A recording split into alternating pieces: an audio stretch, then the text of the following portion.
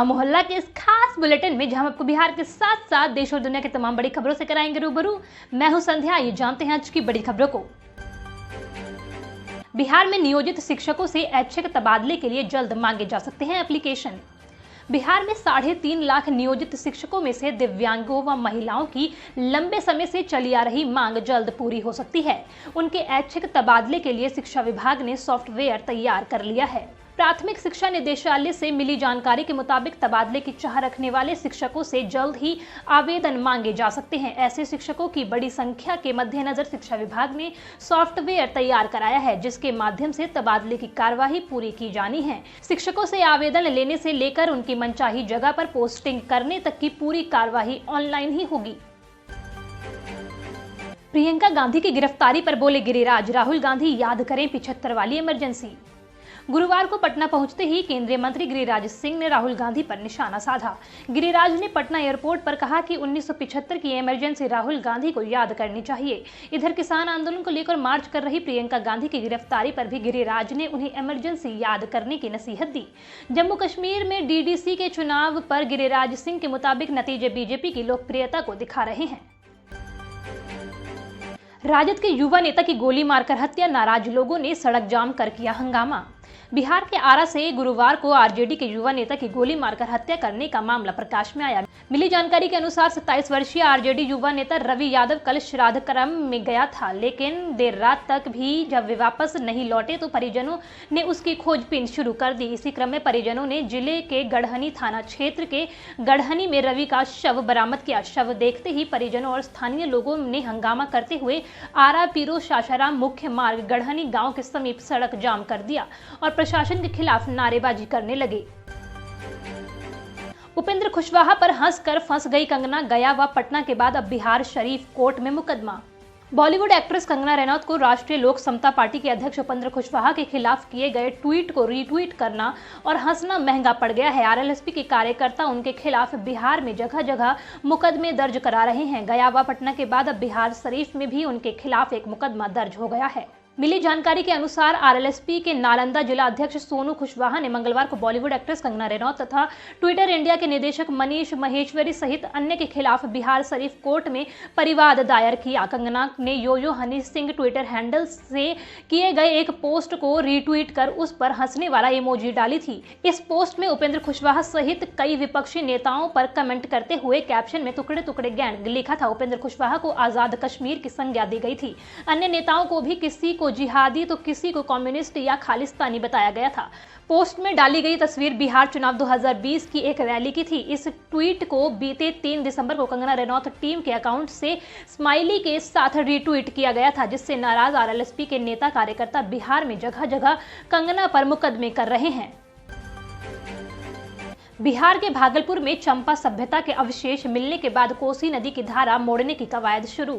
CM Nitish Kumar के निर्देश पर बुधवार को भी जल संसाधन विभाग की टीम ने कोसी नदी की धारा मोड़ने के लिए सर्वे किया। विभागीय एसडीओ ने बताया कि सर्वे कर रही अभियंताओं की टीम मधेपुरा जिले की सीमा तक पहुंचकर सर्वे किया। इस दौरान विभिन्न तरह की जानकारी जुटाई गई। जल संसाधन विभाग ने एसडीओ विजय कुमार अलबेला ने बताया कि सर्वे का काम तेजी से किया जा रहा है। अभियंताओं की टीम तीसरे दिन मधेपुरा जिले की सीमा तक पहुंचकर जानकारी जुटाई है। 1 सप्ताह के अंदर सर्वे कार्य पूरा कर प्रतिवेदन सौंप दिया जाएगा। उन्होंने बताया कि गुवारढ़ी में कोसी नदी के कटाव के कारण स्थानीय लोगों को मिल रहे चंपा सभ्यता के अवशेष मिल रहे थे। इसके बाद सीएम अवलोकन करने पहुंचे थे। उनके निर्देश पर अवशेष स्थल को कोसी के कटाव से संरक्षित करने के लिए वर्तमान धारा को फिर से पुरानी धारा में लाने का निर्देश है। मधुबनी के आदित्यनाथ दास बने आंध्र प्रदेश के मुख्य सचिव, 31 को संभालेंगे कार्यभार। बिहार के मधुबनी शहर के तिलक चौक वार्ड नंबर 9 के निवासी आदित्यनाथ दास को आंध्र प्रदेश का मुख्य सचिव बनाया गया है। वे डॉक्टर गौरीकांत दास और स्वर्गीय कुसुम कुमारी देवी के पुत्र हैं। आंध्र प्रदेश सरकार द्वारा इस संबंध में अधिसूचना जारी होने के बाद लोगों में खुशी की लहर है। वर्तमान मुख्य सचिव नीलम साहनी का कार्यकाल समाप्त होने के बाद 31 दिसंबर को कार्यभार संभालेंगे। झंझारपुर प्रखंड के पिपरौली पंचायत के कनकपुर गांव निवासी श्री दास की 1वीं से 7वीं की शिक्षा शहर के सूडी स्कूल से हुई है। बिहार से पंजाब जा रही बस अनियंत्रित होकर सीतापुर में पलटी, 13 यात्री घायल। बिहार राज्य से सवारियों को लेकर एक निजी बस पंजाब की ओर जा रही थी। NH 24 पर रास्ते में कमलापुर के पास बस अनियंत्रित हो गई और खड़े ट्रक में टकराकर पलट गई।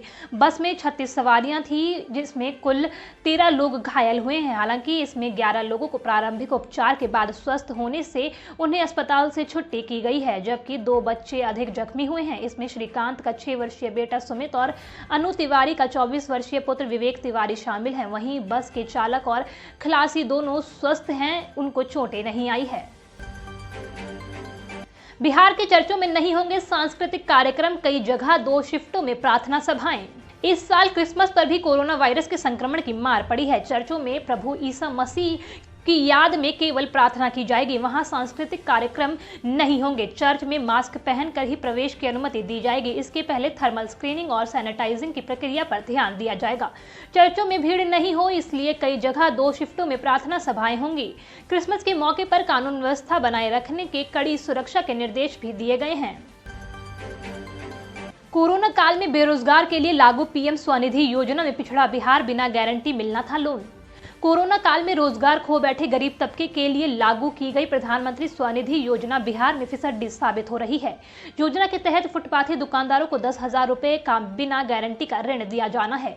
हालात यह हैं कि लगभग आधे आवेदन अभी तक लंबित पड़े हैं। जिन आवेदकों को स्वीकृत किया गया है, उनमें भी 60% से अधिक को राशि नहीं मिल पाई है। बैंकर्स कमेटी की ओर से मिली जानकारी के अनुसार बिहार में अभी तक 35,775 लोगों को PM स्वनिधि योजना के तहत आवेदन किया था। इसमें से 18,700 लोगों का आवेदन स्वीकृत किया गया है।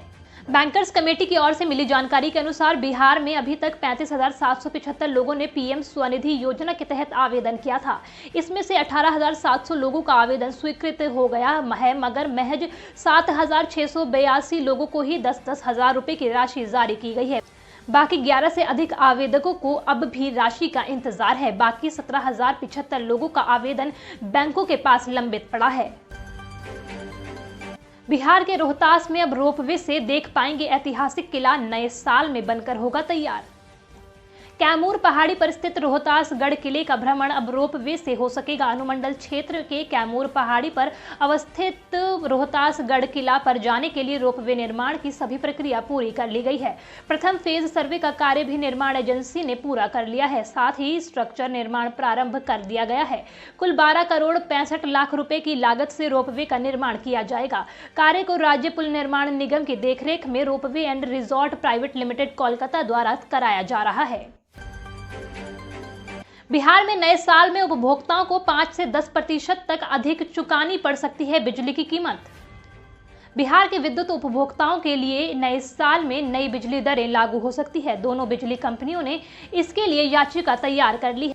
बिहार विद्युत विनियामक आयोग के पूरी तरह से सक्रिय होने के बाद ही बिजली कंपनी की ओर से बिजली दर की याचिका दायर की जाएगी। आयोग की ओर से अभी अध्यक्ष और सदस्य पद पर राज्य सरकार की ओर से मनोनयन हो चुके, लेकिन इनका अभी शपथ ग्रहण नहीं हो पाया है। तकनीकी कारणों से अध्यक्ष और सदस्य का शपथ ग्रहण राजभवन में विचाराधीन है। बिजली कंपनी के अधिकारियों के अनुसार इस महीने के अंतिम दिनों में कंपनी की ओर से बिजली दरों से संबंधित याचिका दायर कर दी जाएगी।